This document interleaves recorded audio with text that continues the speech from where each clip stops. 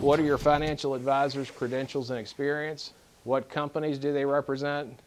Is the carrier, basically the insurance company, highly rated? Do they have a history of rate stability? These are probably some of the most important, because if you're purchasing long-term care today, an insurance policy for long-term care, chances are it's not something you're going to actually use for possibly 20 or 25 years from now.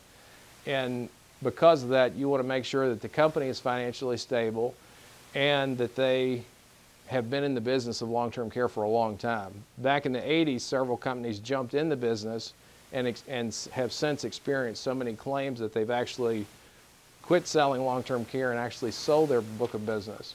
What that's done, though, for those folks that had the policies, they still have them, but they're having to pay more. This is a health insurance policy, so they could potentially increase premiums. Because of that potential, it's critical that you pick a good company and you pick a company that's stable. That's not to say that they too couldn't experience a rate increase, but you're less likely to have problems in the future. Reimbursement, indemnity, or cash. Those are the three types of long-term care policies. Basically, a reimbursement policy is probably the most common and mostly what I'm seeing now as far as companies selling.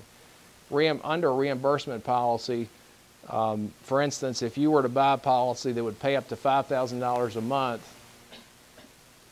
whether you were receiving home care or in a facility, whether it be assisted living or nursing home or hospice care facility, you would go into the facility and basically pay the first 90 days either out of your own funds or through other insurance.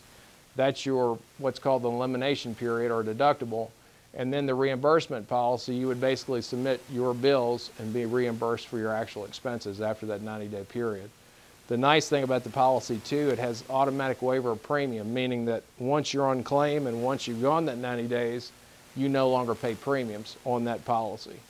If you're married and you have your two policies, the spouse's policies linked together, in some cases both premiums would be waived if one spouse was on claim. Indemnity and cash policies, those were sold for a while, a number of years back. I'm not seeing those near as much. There are tax advantages to the reimbursement policy, and I think with the cash and indemnity policies, that's one reason we have not seen that many of those recently. And I don't know that they're still available. Ability to afford during your lifetime, that's something important. In figuring out what a client needs, when I sit down with the client and trying to help make sure that the policy is not only what they want, but it's also affordable, we also have to look at what's affordable going forward as well.